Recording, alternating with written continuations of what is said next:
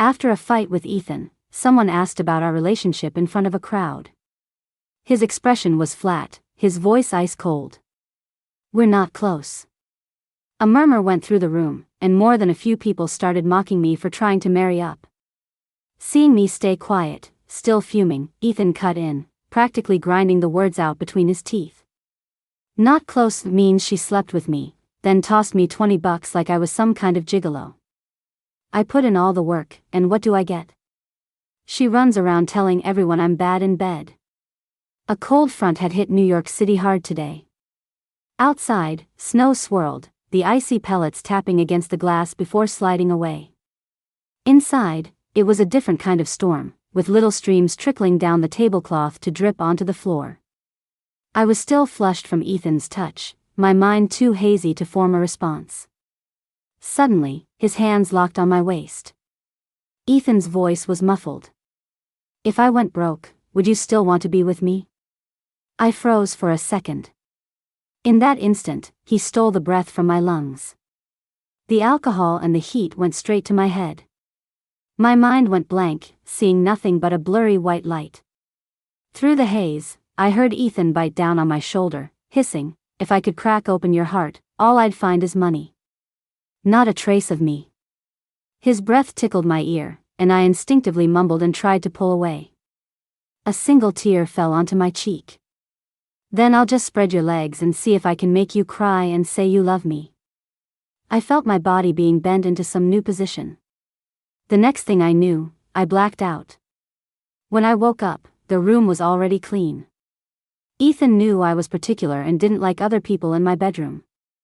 So in all the years we'd been together, he was always the one who cleaned up afterward.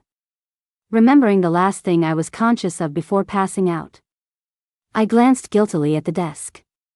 His usual brown leather blotter had been replaced with a dark gray one. I quickly looked away. I'm a terrible drunk, both in tolerance and behavior. The night before last, I'd had a dream that I was the villain in a story, and Ethan's new female secretary was the true heroine. Then last night, on some bizarre impulse, I went to his office and actually saw the famously aloof Ethan with his head close to his secretary's, their bodies pressed together. If I hadn't been so shocked, I never would have resorted to drinking my sorrows away. I wasn't ready for my comfortable life to end. I padded out of bed, barefoot and dejected, just as the door swung open. Ethan walked in, carrying a bowl of hangover soup. He set the soup down and, as he always did, scooped me up in his arms.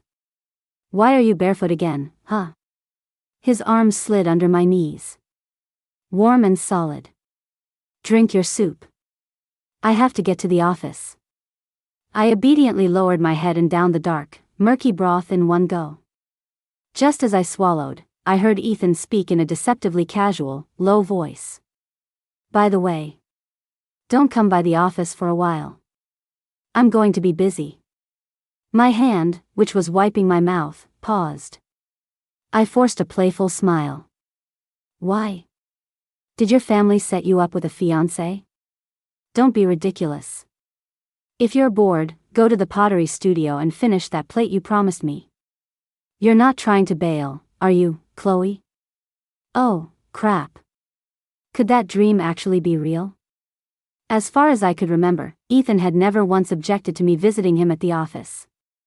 In the years we'd been together, while he was technically my sugar daddy, our relationship felt no different from dating. He was always generous with reassurance and emotional support. All I had to do was sway my hips a little, and he'd smile and say, "You're amazing, baby." Then why? There's no why. It's just not convenient. "Chloe, you need to grow up." "Okay." Ethan walked over and placed his tie in my hands. I looked down. It was made from the same fabric as my dress, with a tiny, embroidered flower stamen at the very tip. My heart settled a little. Before he left, Ethan gave me a hug. "Just stay home for a bit, okay? Don't be running all over the place." "Not run around? If I don't, someone else will take my place before I even know it. Even if I am the villain. I'm a villain with a brain." The first thing I did was call a friend who also worked at Coal Industries and casually ask about Stella. Oh, you mean the really pretty new girl? I pressed my lips together and nodded. She's really capable. Mr. Cole has taken a real interest in her lately, putting her on several key projects. But don't worry, Chloe. She doesn't have what you have. My friend's tone was teasing, but my brow furrowed. She was right. One was exceptionally talented, the other had a great body. One was brilliant and graceful, the other was just eye candy. Anyone could see which was the better choice. I couldn't sit still. I immediately got dressed up, choosing an outfit that maximized my physical assets. I picked out the dark green silk dress Ethan loved most and went to the private club he frequented. I had to see for myself. Even if this was all just part of some predetermined script, I wanted to see if he'd make an exception for someone else. I needed an answer. The private room was hazy with smoke and filled with familiar faces. The men sitting around were all from Ethan's inner circle, living a life of debauchery. Ethan was in his usual spot at the head of the table, a cigarette between his lips, his expression indifferent. Following his line of sight, I saw that the seat next to him was already taken. My heart clenched. Of course. It was Stella. She wore a simple, professional skirt suit, her face free of makeup. She seemed completely detached from the decadent scene around her. Yet, not a single person in the room could look away from her. At that moment, she had her head slightly turned, listening intently to someone else, her eyes clear and focused. Ethan's gaze would occasionally drift to her. In the 5 years I'd been with Ethan, he had never once brought me to any gathering with his friends or family. I'd assumed he just didn't like bringing women to guys' night. It never occurred to me that he just didn't want to bring me. At that thought, my eyes stung, and a tear slid down my cheek.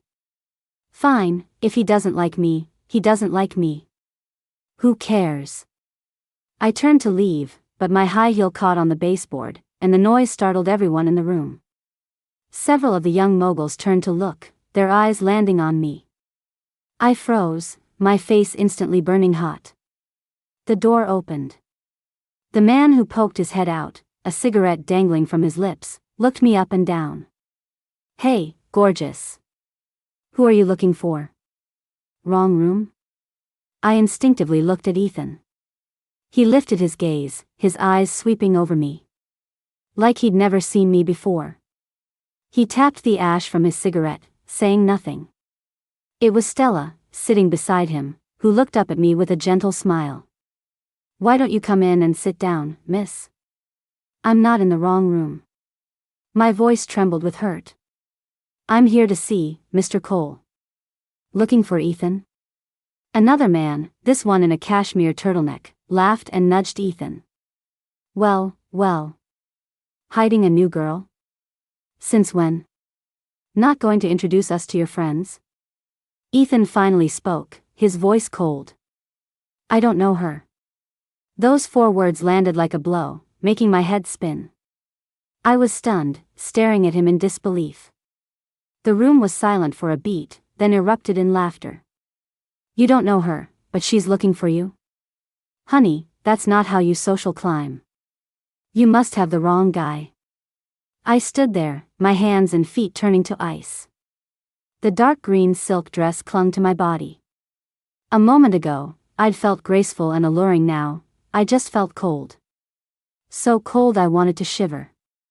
Mr. Cole has a lot on his mind. I took a deep breath, trying to maintain some dignity.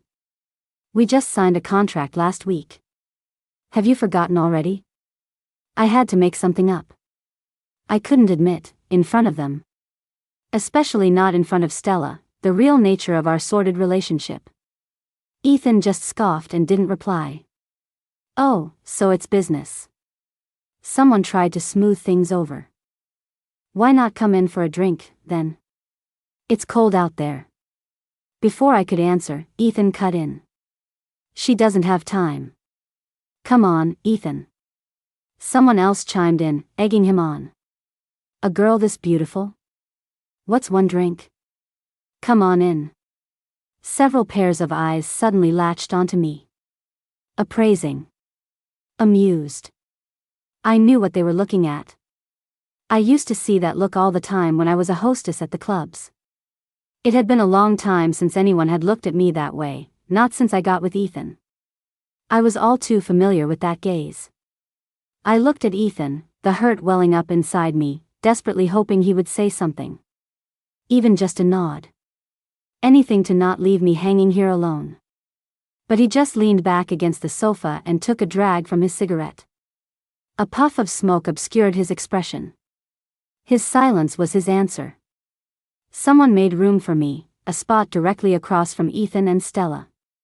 I sat down, my leg accidentally brushing against the knee of the man next to me. He gave me a suggestive smile. I lowered my eyes and said nothing. "What's your name, beautiful?" Someone handed me a glass of liquor. It wasn't full, but I took it. "My last name is Tson." "Mistson, and our Ethan, how did you two meet?" All eyes turned to me. Including Stella's. She remained quiet, but her eyes were filled with curiosity. Ethan was watching me, too. His gaze was heavy, cutting through the swirling smoke. I was gripping the glass so tightly my fingertips were going numb. So, in his friend's eyes, I wasn't even worthy of a name. Just some social climber, a pretty girl. 5 years. I had been with him for 5 years. And I couldn't even get a single word of acknowledgement from him. The alcohol, mixed with humiliation, rushed to my head. I smiled, my voice soft and light, the ends of my words curling. "How we met? Didn't Mr. Cole tell you?" "Well, the first guy I was with was pretty useless in bed but demanded a lot, so Mr. Cole here heroically stepped in to take over his duties." I was rambling, holding back tears. No one here knew if I was a virgin when I got with him, but Ethan knew. I still remembered the look of surprise and treasure in his eyes that night he brought me back to his villa, when he saw the proof of my innocence. He had cherished it, almost moved to tears. "Chloe," he'd said, his voice thick with emotion. "Thank God. I've got you from now on." But now, he had forgotten so quickly. The men laughed at my words. Unlike the men I used to know, even their laughter was refined and tasteful. Their words weren't overtly vulgar, just coated in a pretty shell. As my voice faded, the room fell silent for a moment. Then came a few deeper, muffled chuckles. Like polished jade, smooth, but impossible to dismiss. Took over, his duties? The man to Ethan's left swirled the liquor in his glass, drawing out each word, his smile never fading. "TSK, I didn't know Ethan was such a good Samaritan." Now. Another man jumped in to defend Ethan. "Our boy Ethan has always had a soft spot for a damsel in distress. Sees injustice, whips out his pistol to help. It's normal." He deliberately emphasized the words "whips out his pistol," drawing knowing smirks from the others. The laughter was quiet, but dripping with ridicule. "Mistson certainly is a character." Another voice chimed in. "To make Ethan act so heroically, Mistson must be quite special." He didn't use more explicit language, but his words made me feel utterly exposed. I could feel Ethan's eyes on me. I knew he was angry. Angry at my reckless words, angry that I'd dragged him down into the mud with me. Maybe even angry that I'd embarrassed him in front of the woman he was interested in. Special? I curved my lips into a smile, meeting their gazes without flinching. My voice was still soft, but it trembled slightly. "Well, the two of them aren't that different. Both are, all show and no go, you know." When those words landed, even Stella, who had been looking down, lifted her eyes to me. "Looks good but can't perform, huh?" The guy in the turtleneck drawled, "Really, I'm shocked." I was holding back tears, about to retort, when I was suddenly cut off. "We're not close. Don't listen to her nonsense. I barely know this woman." Ethan had finally spoken. The room went dead silent. "Not close?" The first guy who'd spoken to me chuckled. "Ethan, this doesn't seem not close." Ethan ignored him, his eyes locked on me, his voice seething. "Chloe, are you done making a scene?" "I'm making a scene." Tears threatened to spill over, but I forced them back. "You're joking, Mr. Cole." I tilted my head back and finished the drink in my hand. It was harsh and bitter. "I wouldn't dare make a scene in front of you." I set the glass down and stood up. "I won't disturb you any longer. I'll be going now." If I stayed another second, I was afraid I'd lose control. "I'll walk you out. It's not safe for a woman to be alone at night." The man in the turtleneck suddenly stood up and took my wrist. The warmth of his hand was a small comfort, easing some of the humiliation. At least I wasn't being thrown out without a shred of dignity. "Okay. Thank you, sir." I let him lead me, but just as we reached the door, I heard Ethan's voice. "Wait. Let's get something straight." I turned to look at him. He slowly rose to his feet and walked toward me. His tall frame cast a shadow over me. He glanced for a moment at the equally tall man beside me, then back to me, and raised his voice. "Not close means." He paused, his eyes sweeping across the room, and squeezed the words out from between his teeth. "She slept with me. Then treated me like a gigolo and tried to pay me off with $20. I put in all the money and all the effort." He stared at my face, which had gone pale, his voice low but piercingly clear. "And in the end, this seasoned veteran runs around telling everyone I'm no good in bed." My mind went completely blank. Seasoned veteran. I never thought he would say something like that, here. In his mind, I was a woman who had been with many men. In his mind, I was dirty. For a moment, I forgot all about the dream, forgot that I was just a disposable character. All I wanted to do was ask if any of it had ever been real. Was all that affection and favoritism fake? When he pulled me out of that club and swore he'd never bring up my past again, that he'd only treat me well from then on, was that a lie? When he painstakingly washed the grime of my past away, spoiled me rotten, and helped me become bright and confident again, was that all fake, too? For a long moment, all I could see were his thin lips moving, spitting out words only we could understand. The $20 was from a time I'd gotten mad at him, stormed off to a bar to get drunk, and he dragged me back to the villa to discipline me. He'd hurt me, so I'd spitefully shoved the cash into his shirt pocket as a service fee. It wasn't just what I'd blurted out in public today. It was what I had said to him that day I had the dream, when I wanted to test him, to deliberately provoke him. Back then, I thought that only by watching his eyes redden, watching him take me again and again, could I feel at ease. But the peace I'd found then was being ground to dust. And today, it shattered completely. The room was quiet again. No one had expected the aloof, detached Ethan Cole to say something so full of gritted teeth rage. After a long pause, Stella frowned at Ethan but said nothing. Looking into her clear eyes, I finally understood. My cheeks burned, but a strange, aching pain made me laugh. It felt like a rush of blood to my head that receded just as quickly. She didn't need to say a word. Compared to a dirty woman like me, all she had to do was sit there. Her clean, simple smile was enough to make me look like filth. I took a step forward, slowly, and spoke, word by word. "Mr. Cole has such a good memory. But as a seasoned veteran, I have a perfect winning record." I repeated the term, smiling brightly at him. But tears streamed down my face. "How else could I have satisfied you? You're so hard to please, Mr. Cole. Too much is wrong, too little is wrong. Being difficult is wrong, not being forward enough is wrong. You need company when you're in a bad mood, and you need company when you're in a good mood. One call in the middle of the night, and I have to be scrubbed clean and present myself in your bed. And I'm not allowed to say you're not good enough." I paused, wiping the tears from my face. Basically, it's an on-call relationship. The color drained from his face. 5 years. Ethan Cole, I've been with you for 5 years. In these 5 years, you've only had me, and I've never been with another man. I thought your affection was an acknowledgement of me as a person, that at least in your heart, I was clean. But I never imagined this is how you saw me. The tears finally broke free, rolling down my cheeks in fat drops. I couldn't stay a second longer. I gently pulled my arm free from the man's grasp and ran out without looking back. 5 years of warmth could really be turned to ash by the force of a story's plot. My love was worthless. But so was Ethan's. So that's how you've always seen me. So dirty I could never be washed clean. Doesn't it disgust you to touch me, then, Ethan? Behind me, a glass shattered. Ethan's voice calling my name was left far behind. Chloe, that's not what I...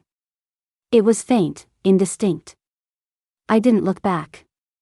What he said didn't matter anymore. Now that I knew I couldn't fight the plot, that Ethan was bound to change his mind about me, the best thing to do was cut my losses. In a daze, my phone buzzed. It was Ethan. Where are you? Come back. Chloe, answer the phone. I can explain what happened last night. It's not. Seeing Ethan's placating words, my eyes stung. What was there to explain? Was he going to explain why he belittled me in front of everyone, or why he used a term like seasoned veteran to describe me in public? I didn't reply to a single message.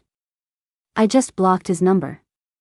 Then, after some thought, I called a real estate agent. I want to list the villa on the west side. I need a quick sale, so negotiate for the highest price you can get. He gave me this house, and the deed is in my name. This on again, off again, barely their trophy girlfriend. I'm done. Once I decided to sell, things moved quickly.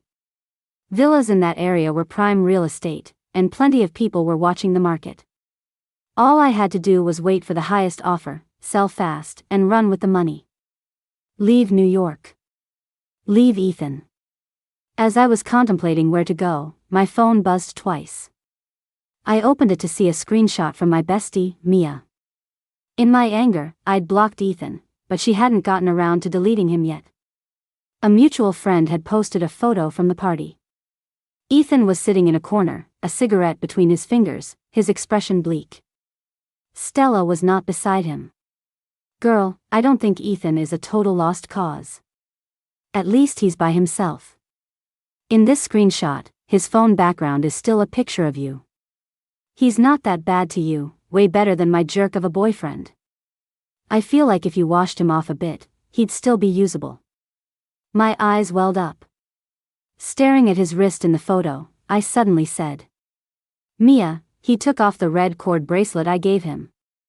That good luck charm he's wearing now, Stella gave it to him. My gaze wouldn't move. That red cord bracelet wasn't really a gift from me. It was something I had worn since I was a child. My family always said that a lucky girl should wear a red cord for protection. If one day she met the man she wanted to spend her life with, she should give it to him for safekeeping. That way, he would become her support for the rest of her life, and they could be together forever. The moment Ethan heard about this tradition, he begged me for days until I finally gave him the bracelet, which he treated like a precious treasure. He wore it to every major event, to family dinners, to international meetings. He never took it off.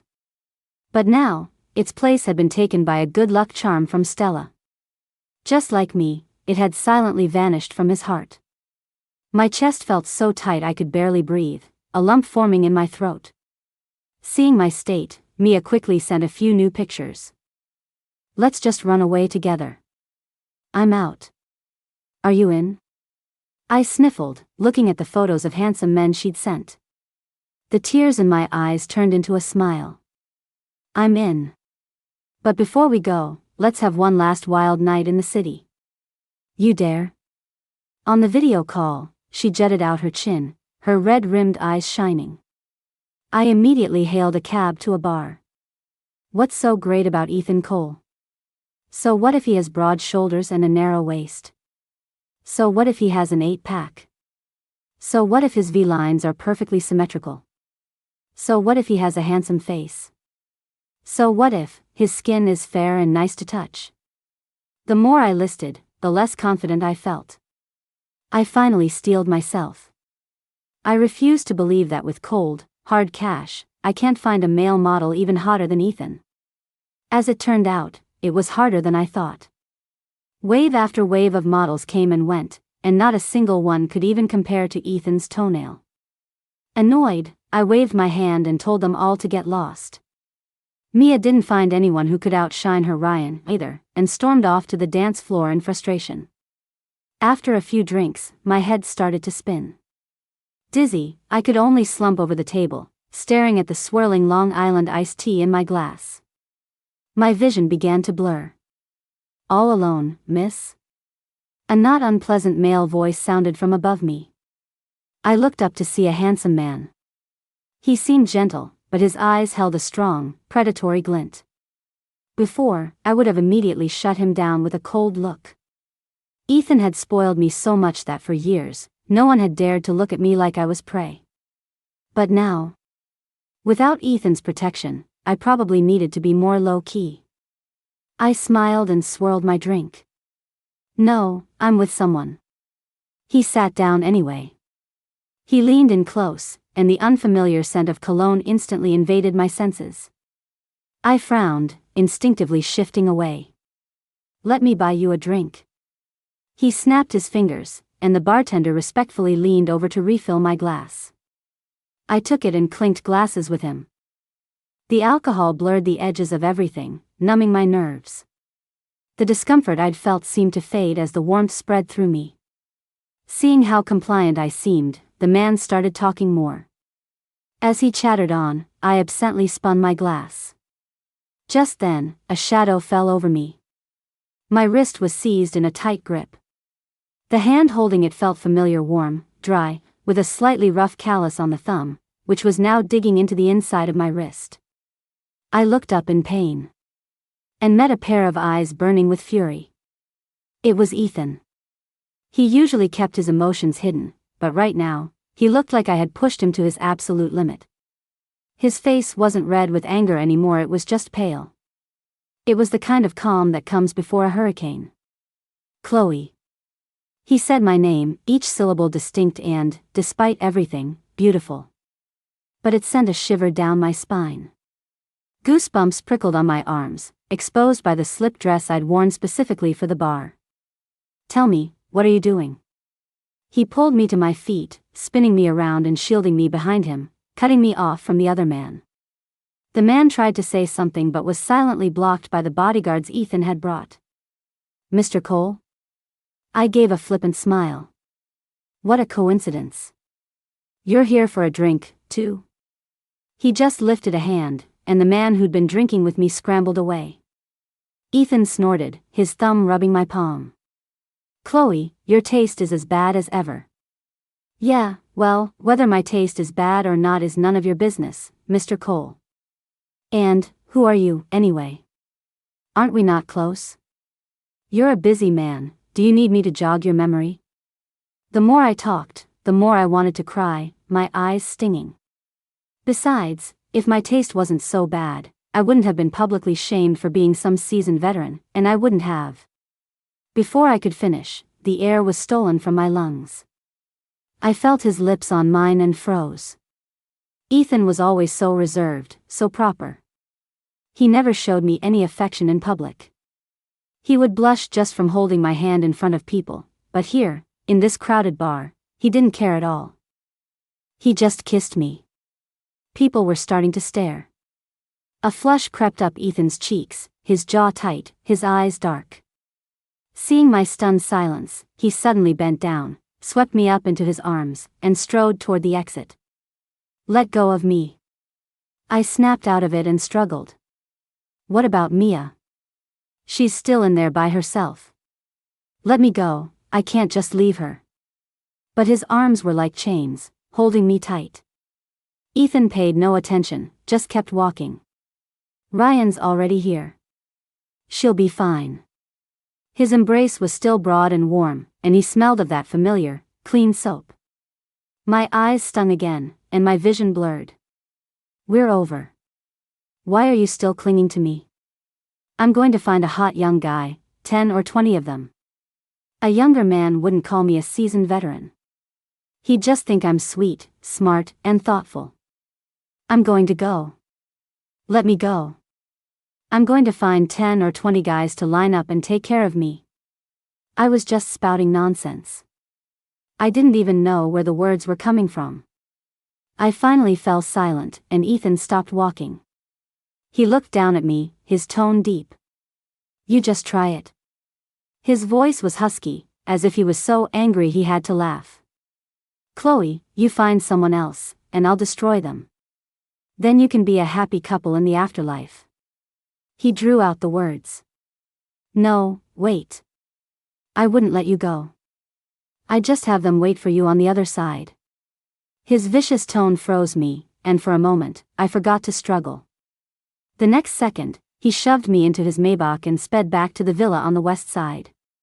He dragged me into the living room and slammed the door. My hands were pinned above my head, Ethan's grip tight on my crossed wrists, his breath hot against my ear. Why are you selling the house? Why did you block me? His questions were slow and steady, but couldn't mask his fury. Why did you go to a place like that, drinking with those lowlifes? Chloe, didn't you say you never wanted to drink again? Was that just something you said to me? A barrage of questions. Slow. But every single one hit a nerve. I turned my head away, unsure how to answer and unwilling to look at him. I'll sell it if I want to. I'll block you if I want to. I'll drink with whoever I want to. My voice was calm, but it trembled. Ethan, we're done. He went rigid. Done? His other hand slid down to cup my chin, forcing me to look at him. My eyes were downcast, but I couldn't miss the raw red in his. Who gave you permission to end our relationship, Chloe? You did. I met his gaze, and my stupid, traitorous eyes started leaking tears again. You, Ethan Cole, you're the one who started giving me the cold shoulder. You're the one who brought another woman to a night out with your friends. You're the one who denied and humiliated me in front of everyone. That was all you, wasn't it? When you did all that, did you ask for my permission? That's because. His throat worked, his words rushed as if he was about to explain. Because of Stella, right? I cut him off, saying the name for him. Ethan's pupils contracted, and his eyes darkened instantly. What ridiculous jealousy is this? Ethan, I'm tired. I closed my eyes, not wanting to look at him anymore. I don't want to fight with you. I don't want to be hysterical, and I don't want to be a crazy person. Let's just end it here. A clean break. Wouldn't that be better? No. Ethan cut me off sharply, kissing me again. It's over when I say it's over. Chloe, don't even think about leaving me. It wasn't a kiss. It was a bite. A punishment. A conquest. The faint taste of blood spread between our lips. I pushed him, struggled, but he was an immovable wall, holding me even tighter. Chloe, you're mine. He panted against my lips, murmuring my name. No matter what, you can only be mine. I held my breath. What if you marry her? He acted as if he hadn't heard, his assault only growing more intense. I suddenly went limp, realizing with a start that in Ethan's heart, I had never been a lover. I was his carefully kept little bird. When he was happy, he'd play with me. When he wasn't, he'd put me in a golden cage to be well fed and set aside. Even if he had someone else, I was expected to stay quietly in my cage until he finally grew tired of me. Or maybe, on a sunny afternoon, would die quietly in that cage, and he would never even know. In that instant, it felt like salt water was flooding my lungs. Salty and suffocating, I could barely breathe. I stopped struggling and let him have his way. But then Ethan slowed down. He seemed to sense my change in demeanor. His movements became gentle, his kisses pleading. Chloe. His voice was low and husky, thick with desire. Stop fighting. Let's just be good to each other, okay? Be good to each other. How? Like in the original story, where I wait to be discarded and end up dead in a ditch? I opened my eyes and looked at his face, so close to mine.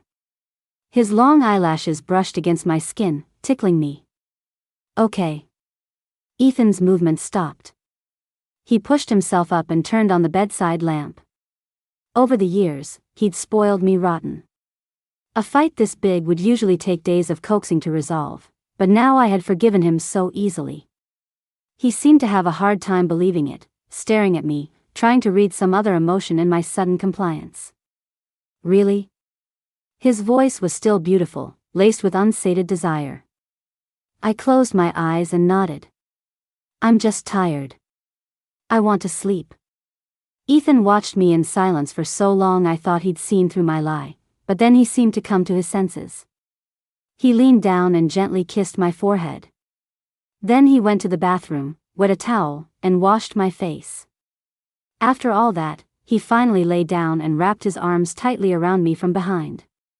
His strong arm was a heavy bar across my waist, not loosening for a second.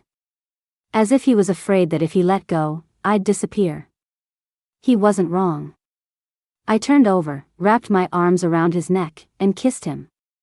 In the heat of the moment, I pushed the sleeping pill from under my tongue into his throat. Ethan frowned for a second as he swallowed the foreign object, but seeing my flushed face, he let me continue. I don't know how much time passed, but as the sky began to lighten, I finally released the death grip I had on my own thigh and looked at Ethan's profile. He was fast asleep. I flicked him off a few times right in his face, and he didn't even stir. I immediately scrambled out of bed. My mind was crystal clear. I dragged a suitcase from the bottom of the closet and ran. This time, I had my ID and cash ready. Mia, that little traitor, couldn't be relied on. I had to make my move first. If her Ryan teamed up with Ethan, we'd both be trapped. I'll contact her once I'm settled. New York City, I'm out. Taking a plane was too risky. In the taxi, I saw that Mia had gotten engaged to Ryan and felt a wave of relief. Ryan was a bit better than Ethan. With a sly fox like that, Mia wouldn't get bullied. With my mind at ease, I snapped my SIM card and put in a new one. Then I went straight to the train station and bought a ticket on the slowest train to the furthest destination. After a few days of travel, I arrived in Havenwood. A clean break had to be a clean break. Havenwood wasn't a major city, just a small, out-of-the-way town. But the atmosphere was wonderful. It was a popular spot for artists and writers, so I didn't seem too out of place. The climate was mild, and the pace of life was slow. Compared to the relentless hustle of New York, it was a completely different world. I used the money I'd saved to rent a room in a guest house and found a job at a bookstore cafe. The owner was a sculptor. When I had free time, I'd watch her sculpt monkeys and cartoon dragons. The pay wasn't great, but the work was peaceful. I started learning to cook, but after my boss watched me twice, she hung a sign on the kitchen door. Chloe Machi, do not enter. Machi was her big golden retriever. She even added 3 exclamation points. I had no choice but to give up. Occasionally, though, I'd still see news about that jerk. The internet is a small place, and news about Ethan Cole was everywhere. Coal Industries CEO Ethan Cole's recent business tactics have become increasingly aggressive and ruthless, shaking up the New York business world. Ethan Cole has reportedly broken with his family for unknown reasons. In the photos, he looked thinner, the coldness in his eyes deeper. Standing there, he looked like he was flash freezing the air around him. It seemed that without me, he was still himself. Still the high and mighty Ethan Cole who controlled everything. That was good. I closed the browser and gently stroked my still flat stomach. That's right. I was pregnant. Machi was the one who found out. He and I got along great. For the first 3 months I was here, he loved playing ball with me. But one day, he suddenly started refusing. He stopped jumping on me for cuddles, too. The artist took one look and declared I was pregnant. I was stunned. But when I was actually holding the pregnancy test with its 2 lines, my heart softened. In the original story, there was no child. This was a deviation from the plot. And it was my deviation. I decided to keep the baby. Not to trap Ethan or to get back together with him, but because I truly wanted to have someone in this world who was connected to me by blood. The morning sickness was brutal. I started sleeping all the time, and my food cravings got weird. The job at the bookstore became a bit much. The artist waved a hand and told me to go home and rest, saying Machi could take my place and that I could come back when I felt more stable. I refused. I didn't want to be alone in my empty rental, lost in my thoughts. Keeping busy was the only way to temporarily stop thinking about him. Thankfully, the baby didn't torment me for long. As my belly grew, the morning sickness faded. When I started feeling the baby kick, and Machi and the artist would gather around, watching me like I was a treasure, the miraculous feeling of a new life growing inside me slowly filled the empty space in my heart. I thought I had forgotten Ethan. Until that day. It was an ordinary evening. I was walking home from work when I saw a familiar figure standing by the gate to the courtyard. The setting sun cast a long shadow behind him. The figure was familiar, tall, straight, and handsome. He seemed no different from before. But I could see the exhaustion he couldn't hide. It was Ethan. A pile of cigarette butts lay at his feet. I had no idea how long he had been waiting there. My heart sank, and I instinctively covered my belly. He saw me. His eyes locked on my face, then slowly moved down, fixing on my slightly rounded stomach. He crossed the distance in a few strides, raising a hand to hold me, then nervously dropping it. After a long moment, he finally choked out 3 words. How long? I took a step back, putting distance between us and avoiding his outstretched hand. My voice was detached. Can I help you, Mr. Cole? His arm froze in midair. He looked at me, his expression almost pleading. Chloe, let's talk. There's nothing to talk about. I walked around him and took out my key to open the door, but my hand was trembling slightly. Yes, there is. There is. He shamelessly followed me, his usually unshakable eyes welling up with tears. There is, right? The baby, it's our baby. It's my baby. It has nothing to do with you, Mr. Cole. I opened the door and blocked his way. How does it have nothing to do with me? The corners of his eyes were red. I'm the father. So what? I looked up at him calmly. Ethan, for a seasoned veteran like me, who can really be sure who the father is? He had given me that line once. Now, I was throwing that boomerang right back at him. In an instant, Ethan's face went white. He couldn't say a word. You should go. Don't come back. He didn't dare push the door. I slammed it shut, leaned my back against it, and slid weakly to the floor. On the other side of the door, I could clearly hear his ragged breathing. He didn't leave. Ethan moved to Havenwood. Not for a visit. He actually moved here. He relocated the coal industry's headquarters to this small southern town, buying a small building right across from the bookstore where I worked. Every day, I would walk to and from work with my big belly, and I could always see him standing at the floor-to-ceiling window of his office, a file in his hand, his eyes glued to me. But the moment I looked over, he'd guiltily look away. He certainly knows how to pick a spot. The artist grinned, a sculpting tool clenched in her teeth. That's some serious dedication, a real life waiting for my wife statue. I could carve one of him for you to keep. I'll even give you a discount. I ignored her and focused on arranging the bookshelves. Machi wagged his tail at my feet. It was the artist's turn to play ball with him now. Still, it was hard. Honestly, the pregnancy hormones were a roller coaster. One minute I was happy, the next I wanted to cry. Especially in the 3rd trimester, when my feet started to swell. My once slender, pretty feet looked like 2 giant dinner rolls. Just looking at them made me want to cry. The next day, when I opened my door, there was a pair of ugly, purely handmade cloth shoes. They were soft and loose, and next to them was a wooden foot-soaking tub. Machi brought them. The artist shrugged. Your man didn't dare bring them himself, so he made our Machi his messenger. Even gave him 2 cans of cat food for his trouble. He's not my man. She threw her hands up, unconvinced. Then she turned and went back to sculpting her, waiting for my wife's statue with Machi by her side.